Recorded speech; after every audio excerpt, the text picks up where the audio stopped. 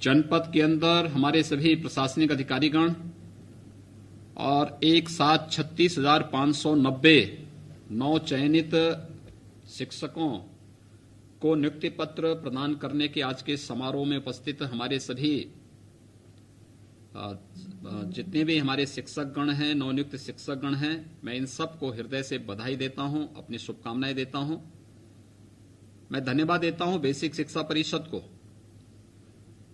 जिन्होंने सभी चुनौतियों का सामना करते हुए सफलतापूर्वक आज 69,000 शिक्षकों की भर्ती की प्रक्रिया को पूरी शुचिता, पूरी पारदर्शिता के साथ आज संपन्न किया है।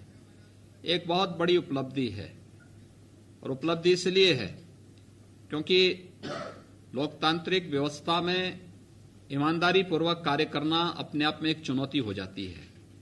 पग पग पर बाधाएं आती हैं। जनवरी 2019 में प्रक्रिया हमारी पूरी हो चुकी थी, लेकिन कोई न कोई व्यक्ति न्यायालय में जाता था और फिर न्यायालय की प्रक्रिया के तहत वह मामला लटकते लटकते हाई कोर्ट से सुप्रीम कोर्ट तक पहुंचने और सुप्रीम कोर्ट से वापस अंततः विजय प्राप्त करने के बाद आज हम सब इस प्रक्रिया को आज यहां पे संपन्न करने जा रहे हैं। हमारे लिए ये नियुक्ति प्रक्रिया पूरी पारदर्शी तरीके से संपन्न करना इसलिए भी महत्वपूर्ण था क्योंकि प्रदेश के अंदर हमारे पास 1,58,000 से अधिक बेसिक शिक्षा परिषद के विद्यालय हैं और 1,58,000 से अधिक बेसिक शिक्षा परिषद के इन विद्यालयों में बहुत सारी जगह ऐसी स्थिति थी जहां पे या तो शिक्षक नहीं थे विद्यालयों में, या एकल शिक्षक के कारण एक विद्यालय में अगर 5 क्लासेस चल रही हैं तो उम्मीद करना कि एक शिक्षक 5 क्लासेस एक साथ ले लें तो इन बच्चों के साथ अन्याय है। जब बच्चे पर, एक बालक पर विशेष ध्यान दिया जाना चाहिए तो अब शिक्षक न हो या वहां पे पठन पाठन का माहौल न हो, शासन की सुविधाएं उपलब्ध न हो, और फिर हम उम्मीद करेंगे कि शिक्षा के क्षेत्र में हम अपने प्रदेश को अग्रणी राज्यों में लेकर के जाएं और फिर दुनिया के विकसित देशों के साथ हम प्रतिस्पर्धा करने की बात सोचें, तो ये अपने आप में दिवा स्वप्न था। इसलिए प्रदेश सरकार ने एक एक करके हर एक क्षेत्र में व्यापक परिवर्तन करने का प्रयास किया और बेसिक शिक्षा परिषद हमारे सुधार का एक प्रमुख केंद्र बिंदु इसलिए भी बना क्योंकि बेसिक शिक्षा परिषद में एक संभावनाएं हैं। इन संभावनाओं के बीच ही जो कार्यक्रम चले हैं वे बहुत अच्छे ढंग से आगे बढ़े हैं। पिछले 3.5 वर्षों में, यानी पिछले 8-9 महीनों से पूरा देश और पूरी दुनिया कोविड-19 से जूझ रही है, लेकिन उससे पहले जो 3 वर्ष का कार्यकाल संपन्न हुआ, इन 3 वर्ष के कार्यकाल के दौरान हम लोगों ने देखा कि प्रदेश के अंदर बेसिक शिक्षा परिषद में लगभग 50 लाख से अधिक बालक बालिकाएं अतिरिक्त स्कूलों में प्रवेश ली हैं। इतनी बड़ी संख्या, 50 लाख राज्यों के, बहुत सारे राज्यों के लिए एक बड़ी संख्या है, लेकिन इतने बच्चे ऐसे थे जो स्कूल नहीं जा पाते थे। बहुत सारी परिस्थितियां थी। एक, उनके साथ कोई संवाद बनाने वाला नहीं था, उनके साथ कोई बात करने वाला नहीं था, उनको कोई काउंसलिंग करने वाला नहीं था, उनको कोई समझाने वाला नहीं था, या बहुत सारे बच्चे ऐसे थे जिनके पास कपड़े नहीं होते थे। सरकार ने फिर निर्णय लिया कि हम 2-2 यूनिफॉर्म, फिर सरकार ने निर्णय लिया, क्योंकि अक्सर हम लोग जाते थे, देखते थे गांव में बहुत सारे बच्चे जो नंगे पैर स्कूल जाते थे, तो उन बच्चों को भी अच्छा यूनिफॉर्म मिल सके, उनके लिए जूते मोजे उपलब्ध हो सके, उनको देने की व्यवस्था की। जाड़ों के दौरान सरकार ने जब देखा कि भीषण शीतलहरी में बच्चे ठिठुर रहे हैं तो उन्हें स्वेटर देने की कार्रवाई को भी सरकार ने आगे बढ़ाया। देखिए, महत्वपूर्ण शासन की मंशा, पूरी ईमानदारी के साथ योजनाओं का लाभ हर व्यक्ति तक बिना भेदभाव के पहुंच सके, सरकार इस मंशा के साथ कार्य कर रही है। एक बड़ी संख्या है, 1,80,00,000 बच्चे। बहुत सारे राज्यों की तो इतनी आबादी नहीं है जितना हमारे पास बेसिक शिक्षा परिषद में बच्चे हैं। 1,80,00,000 बच्चों तक यूनिफॉर्म की व्यवस्था, जूते मोजे की व्यवस्था, स्वेटर की व्यवस्था, बैग और बुक्स की उपलब्धता, ये सभी कार्यक्रम बेसिक शिक्षा परिषद उन बच्चों तक निःशुल्क पहुंचाने का कार्य करती है। एक बड़ा आंकड़ा है, एक बड़ा नंबर है। हो सकता है कि इन सभी में आगे पीछे हो सकता है, लेकिन सरकार की मंशा स्पष्ट है कि सुविधा इन बच्चों को मिलनी चाहिए। अब इसी में बहुत सारे लोग जिन्हें नंबर मालूम नहीं, आंकड़े मालूम नहीं, सरकार के द्वारा ऑपरेशन कायाकल्प के बारे में जानकारी नहीं, सरकार के द्वारा मिशन प्रेरणा ऐप के बारे में जानकारी नहीं, सरकार के द्वारा बेसिक शिक्षा परिषद में क्या क्या नए सुधार किए गए इसके बारे में जानकारी नहीं, वे छोटी छोटी बातों को इश्यू बना करके भरमाने का प्रयास करते हैं। और वही लोग हैं जिन लोगों ने पिछले पौने 2 वर्ष यानी 2 वर्ष, लगभग 2 वर्ष हो रहे हैं, 2 वर्ष से इस भर्ती की प्रक्रिया को पूरा नहीं होने दिया। छोटी छोटी बातों को लेकर के अटकाते थे। अन्यथा ये जितने हमारे शिक्षक, आज 69,000 शिक्षक, जिनमें 36,590 को आज हम नियुक्ति पत्र दे रहे हैं, इन्हें हम लोग पहले भी 1.5 साल पहले ये नियुक्ति पत्र बांट चुके होते। इनकी 1.5 वर्ष की सेवाएं हो चुकी होती हैं और बच्चों को भी इनके अनुभव का लाभ मिला होता। लेकिन जो लोग नहीं चाहते कि सुधार हो, जो नहीं चाहते हैं कि इसमें व्यापक परिवर्तन हो, बेसिक शिक्षा भारत की शिक्षा का आधार बने, वे लोग ही छोटी छोटी चीजों को लेकर नेगेटिविटी पैदा करने का प्रयास करते हैं। कोई जाता है मिड डे मील में जाकर के, वहां पे जाकर के और वहां पे नमक और रोटी बांट करके उसकी वीडियोग्राफी करा करके फिर उसके माध्यम से नेगेटिविटी पैदा करने का प्रयास कर रहा है। कोई जाकर के स्वेटर लेकर के फिर उसके एक एक धागे को देखता है कि ये ऊन है या क्या है, यानी इतनी फुर्सत उनके पास है। लेकिन अच्छी बात है कि कम से कम अपने समय का सदुपयोग लोग कर पाते हैं और उनके समय के लिए कुछ चीजें शासन ने उनको उपलब्ध कराई हैं। लेकिन ऑपरेशन कायाकल्प के माध्यम से, जन सहभागिता के माध्यम से, जनप्रतिनिधियों के साथ प्रशासनिक अधिकारियों ने, शिक्षा विभाग के अधिकारियों ने, समाज के मानिंदों ने मिलकर के व्यापक पैमाने पे हजारों विद्यालयों का ऑपरेशन कायाकल्प के अंतर्गत व्यापक परिवर्तन किया है। बहुत सारे ऐसे आदर्श शिक्षक निकले हैं बेसिक शिक्षा परिषद में, जिन्होंने प्रधानाचार्य के रूप में, एक शिक्षक के रूप में, किसी ने विद्यालय के ऑपरेशन कायाकल्प में अपने विद्यालय को अपने विकास खंड के अंदर या जनपद के अंदर आदर्श विद्यालय बनाया है, किसी ने अपनी क्लास को आदर्श क्लास बनाई है, किसी ने किसी एक फील्ड में कुछ बेहतर कार्य करने का प्रयास किया है। और एक बड़ा अभियान जो चला है, उस अभियान के क्रम में सचमुच बहुत परिवर्तन शिक्षा के क्षेत्र में देखने को मिला। हम लोग चूंकि एक एक परिवर्तन एक अंतराल के बाद होता है, हम उसको जोड़ के नहीं देखते, लेकिन अगर आप इन सभी कड़ियों को जोड़ते हुए देखेंगे तो पिछले 3.5 पौने 4 वर्ष के दौरान व्यापक परिवर्तन होता हुआ दिखाई दिया है। और इस व्यापक परिवर्तन के लिए मैं बेसिक शिक्षा परिषद को हृदय से बधाई देता हूं, अपनी शुभकामनाएं देता हूं।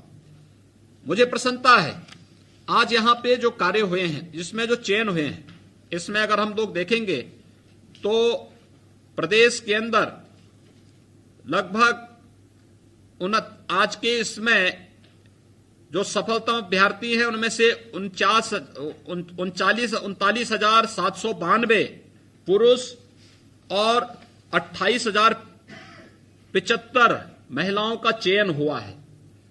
ये काफी अच्छी संख्या है। आप सोचिए कि 28,075 महिलाओं का चयन बेसिक शिक्षा परिषद में हुआ है और इसमें 6,675 शिक्षा मित्रों का भी चयन हुआ है। आप सोचिए कि जो लोग चंदा वसूली करके न्यायालय में अनावश्यक रूप से इस पूरी प्रक्रिया को बाधित करते थे, उन लोगों ने इन 6,675 शिक्षा मित्रों के साथ भी कितना बड़ा अन्याय किया कि इनको पारदर्शी तरीके के साथ चयन की प्रक्रिया से वंचित होने दिया। लेकिन सरकार लड़ती रही, परिषद लड़ता रहा और अंततः विजय प्राप्त हुई और आज बड़े पैमाने पर हम लोग आप सभी लोगों को इस पूरी प्रक्रिया के साथ जोड़ने का कार्य कर रहे हैं।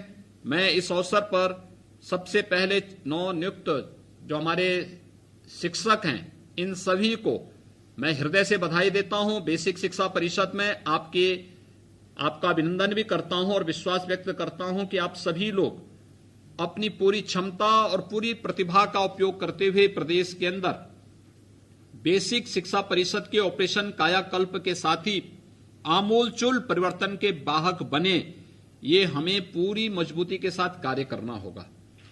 दूसरा, मेरी आप सबसे अपील होगी, आप में से बहुत सारे शिक्षक ग्रामीण क्षेत्र के उन विद्यालयों में जाएंगे जहां पे हो सकता है शिक्षकों की कमी रही हो, और वहां पर एक नया माहौल आपको देना है।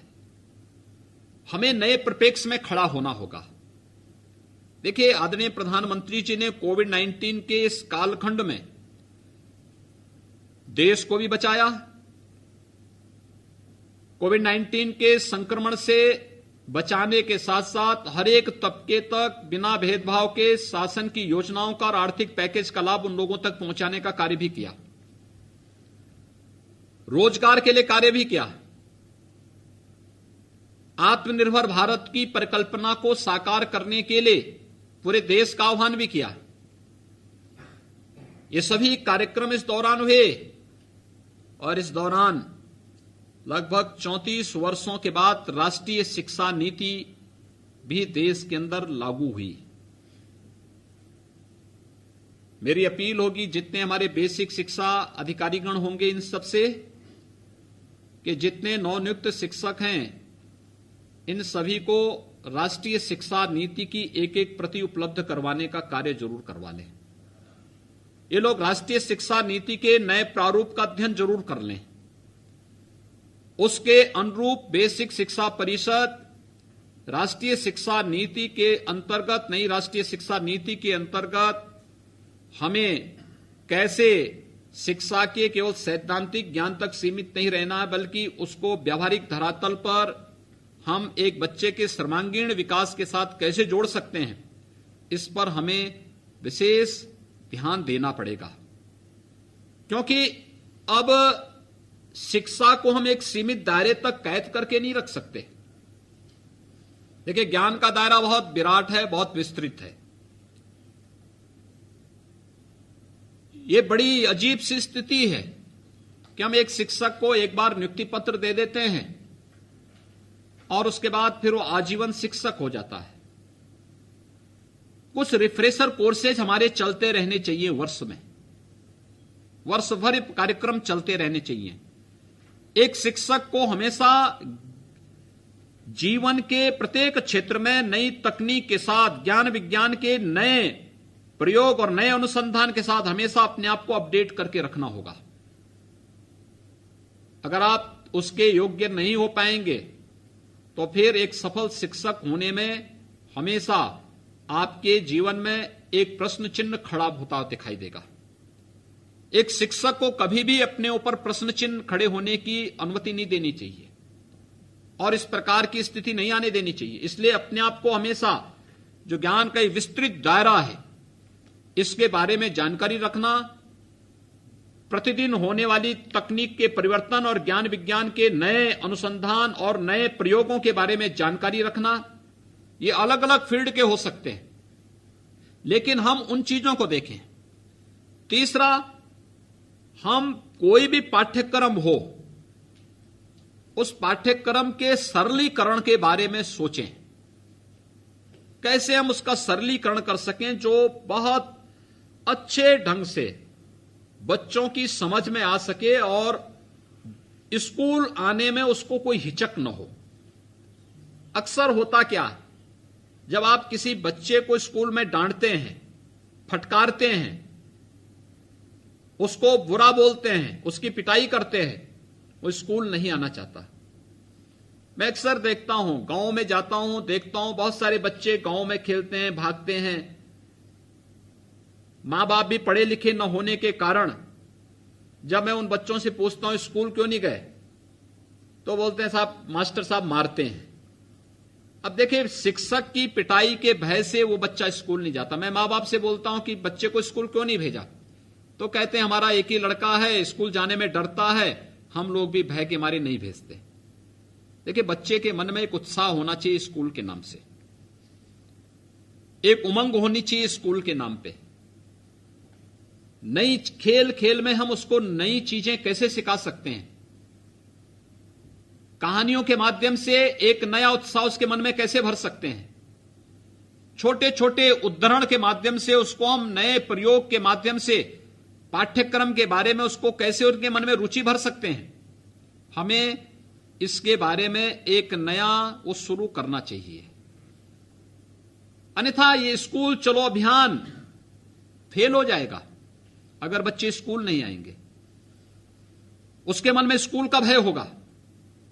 दूसरा, हमें हर परिस्थिति के लिए तैयार होना होगा। देखिए, पिछले 9-10 महीने से स्कूल बंद हैं। हम ऑनलाइन क्लासेस चलाने की बात तो कर रहे हैं, लेकिन हमें याद रखना होगा कि ऑनलाइन क्लास ऑनलाइन तभी सार्थक हो सकता है जब उस बच्चे को घर में पढ़ाने वाला और बताने वाला कोई व्यक्ति हो। दूसरा, हर बच्चे के पास स्मार्टफोन या फिर टैबलेट नहीं है। कैसे हम इसको देख सकते हैं, कैसे हम एक ऐसी व्यवस्था कर सकें कि ये हमारी शिक्षा की व्यवस्था हर परिस्थिति में हर बच्चे तक पहुंचने में सक्षम हो सके। जहां स्वयं मां बाप पढ़े लिखे नहीं हैं, वहां पे आप कैसे उम्मीद करते हैं कि बच्चा जो है उस माहौल में किसी एक व्यवस्था के साथ जुड़ सके।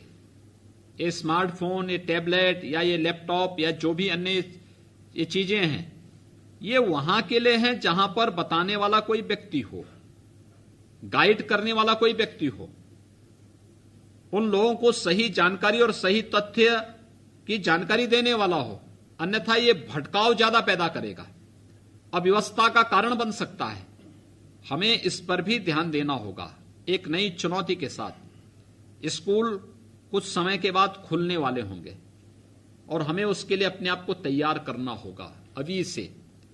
और मैं सभी जितने भी हमारे बेसिक शिक्षा अधिकारीगण हैं, मैं उनको चाहूंगा कि बेसिक शिक्षा, इसकी शुरुआत अपने बेसिक शिक्षा कार्यालय से आप शुरू करिए। पहले बेसिक शिक्षा कार्यालय को इस लायक बनाइए कि कोई भी शिक्षक वहां जाए तो उसको वहां एक माहौल दिखाई दे कि ये बेसिक शिक्षा के जो शिक्षक हैं उनका एक मंदिर है, उनका एक पवित्र स्थल है। वहां बैठने की व्यवस्था, साफ सुथरी व्यवस्था, जगह जगह पान खा करके न थूका हुआ हो, जाले न लगे हों, कोई भी वहां पर शिक्षक की छुट्टी के साथ या शिक्षक के रिटायर होने वाले शिक्षक के साथ किसी भी प्रकार का कोई भी उसके साथ दुर्व्यवहार या उसके साथ भेदभाव या उसके साथ किसी भी प्रकार के लेन देन की शिकायत की कोई भी किसी भी प्रकार की गुंजाइश न रहे, इस प्रकार का एक वातावरण अपने कार्यालय में पैदा करिए। और अपने कार्यालय के बाद यह सुनिश्चित करें कि जितने भी हमारे शिक्षक हैं बेसिक शिक्षा परिषद के, वे अपने अपने विद्यालयों में जाकर के ज्वाइन करके उनके द्वारा अपने कार्य प्रणाली शुरू हो जाए। विद्यालय को ठीक करें, उसका रंग रोगन करवा लें, बैठने की व्यवस्था ठीक कर लें, टॉयलेट ठीक कर लें, पेयजल की व्यवस्था ठीक कर लें। विद्यालय में इस प्रकार का माहौल बना लें कि जब भी केंद्र सरकार गाइडलाइन जारी करेगी, राज्य सरकार जब भी बेसिक शिक्षा परिषद के स्कूलों को खोलने के लिए कहेगी, उस दौरान स्कूल चलो अभियान के तहत फिर हम बच्चों को स्कूल में लाने की व्यवस्था कर पाएंगे। लेकिन इस दौरान हो सके तो गांव-गांव में जाकर के 8-10 बच्चों के साथ बैठने का कार्यक्रम, अभिभावकों के साथ बैठने का कार्यक्रम आप प्रारंभ कर ही सकते हैं। उनकी समस्याओं को गांव में जाकर के सुनने की आदत हमें डालनी चाहिए। यह हमारी ड्यूटी का हिस्सा होना चाहिए। एक शिक्षक भले ही विद्यालय में सरकार का उसका कार्यकाल 4 घंटे, 5 घंटे, 6 घंटे का होगा, लेकिन वह शिक्षक तो 24 घंटे का है और आजीवन उसको शिक्षक रहना है। तो स्वाभाविक रूप से उसके प्रति श्रद्धा का अभाव तब होगा जब अभिभावकों के साथ और उन बच्चों के साथ उसका सीधा संवाद हो।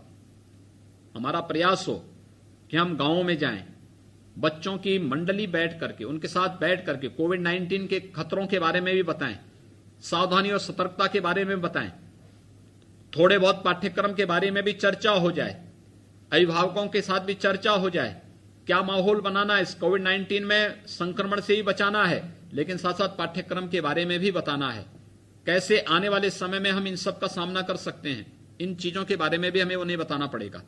एक बड़ा कार्य इसके माध्यम से हो सकता है और मुझे बहुत प्रसन्नता है कि आज 69,000 शिक्षकों की चयन की सफलतम प्रक्रिया आज हमारी पूरी हो रही है। अनेक विघ्न बाधाएं आए, लेकिन सबका समाधान करते हुए, और मेरे लिए प्रसन्नता इस बात को लेकर के है कि आज हमारी ये चयन की प्रक्रिया, हमने प्रदेश के अंदर अब तक 3.5 लाख से अधिक प्रदेश के युवाओं को प्रदेश के अंदर सरकारी नौकरी देने के कार्यक्रम सफलतापूर्वक आगे बढ़ाने में सफल रहे हैं। 3.5 लाख का आंकड़ा ये आज पूरा हो चुका है।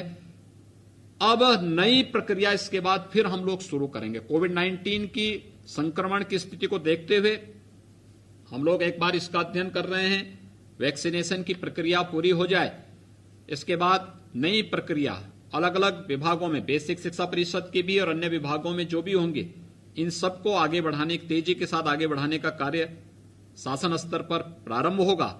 लेकिन मैं चाहूंगा कि जिन लोगों का आज नियुक्ति पत्र प्राप्त हो रहा है, अलग अलग जनपदों में हमारे माननीय मंत्रीगण, माननीय सांसदगण, माननीय विधायकगण अलग अलग जनपदों में इस प्रक्रिया को पूरा कर रहे हैं, और मैं चाहूंगा वे सभी शिक्षक अपना नियुक्ति पत्र लेने के साथ जनपद और जनपदों में कौन से विद्यालय उनको दिए जा रहे हैं, बेसिक शिक्षा परिषद इन चीजों को एक बार देखेंगे, मेरिट के आधार पर, बिना भेदभाव के। किसी भी प्रकार की कोई शिकायत की गुंजाइश कहीं से भी नहीं होनी चाहिए।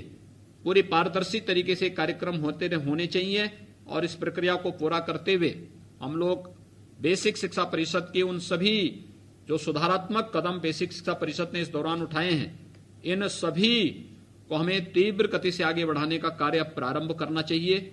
जब भी बेसिक शिक्षा परिषद में बच्चों को विद्यालय में बुलाने की प्रक्रिया आगे बढ़ेगी, हम उस दौरान इस कार्यक्रम को और तीव्रता के साथ आगे बढ़ाने का कार्य करेंगे। मैं एक बार फिर से आज के इस अवसर पर आप सभी लोगों को